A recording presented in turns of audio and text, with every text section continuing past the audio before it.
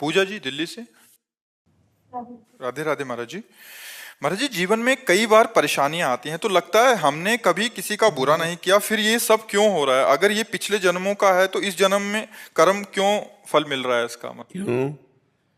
फसल आपने बोई है तो काटना आपको ही पड़ेगा, कोई दूसरा थोड़ी काटेगा। आज कत्ल करता है, 10 साल मुकदमा चलता है, 20 साल की सजा होती है। कानून व्यवस्था है। ऐसे ही हमारी भागवतिक कानून व्यवस्था है। भीष्म जी सरसैया पे पड़े हुए हैं और भगवान से कहते हैं कि मैं 70 जन्म तक देख रहा हूं अपनी दिव्य दृष्टि से, मैंने ऐसा कोई पाप नहीं किया जो मुझे ये दंड मिले कि 6 महीना बाणों की सैया पर। तो भगवान ने कहा 100 के ऊपर चलो। एक बार आप राजा थे और एक सांप को उठा करके बबूल के पेड़ में बड़े बड़े कांटों में ऐसे डाल दिया और वो 6 दिन तक तड़प तड़प करके मरा।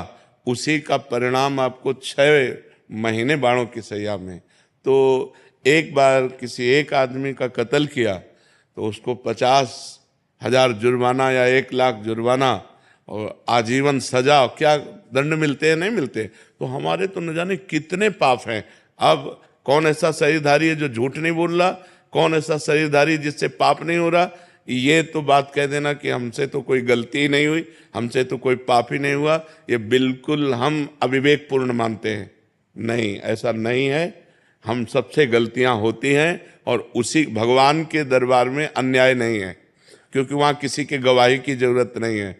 वो सर्वव्यापी परमात्मा आपके हृदय में ही बैठा हुआ है। मत्ता परतरम नान्यत किंचिदस्ति धनंजय, मेरे सिवा और कुछ है ही नहीं, तो उसको गवाही की क्या जरूरत है? वो देख रहा है। तो हमको बहुत धैर्यपूर्वक चलना है। देखो, हम कई बार बता चुके हैं कि हमारे शरीर की रचना 2 कर्म से हुई है, पाप और पुण्य। दोनों के मिश्रण से मनुष्य शरीर बनता है। केवल पाप से यातना देह का निर्माण होता है जो नरक में मिलता है। केवल पुण्य से देव देह का निर्माण होता है जो स्वर्गलोक, महारलोक, जनोलोक, तपलोक, सत्यलोक आदि में। लेकिन मनुष्य लोक में दोनों मिश्रित होते हैं, पाप और पुण्य। तो जिस अवस्था में जो हमें दुख मिलना है वो कर्म हमारे ऊपर लागू हो जाएगा। अगर पुण्य कर्म लागू है तो हमें सुखद अनुकूलता प्रशंसा मिलेगी।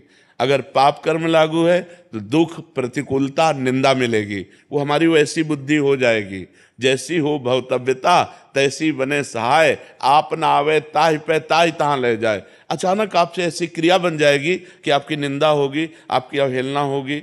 अचानक आपसे ऐसी क्रिया बन गई, दांव लग गया कि आपकी प्रशंसा होगी, आपकी जय जय हो जाएगी। वो पूर्व कर्मों का विधान चल रहा है। तो फिर मनुष्य जन्म में महानता क्या?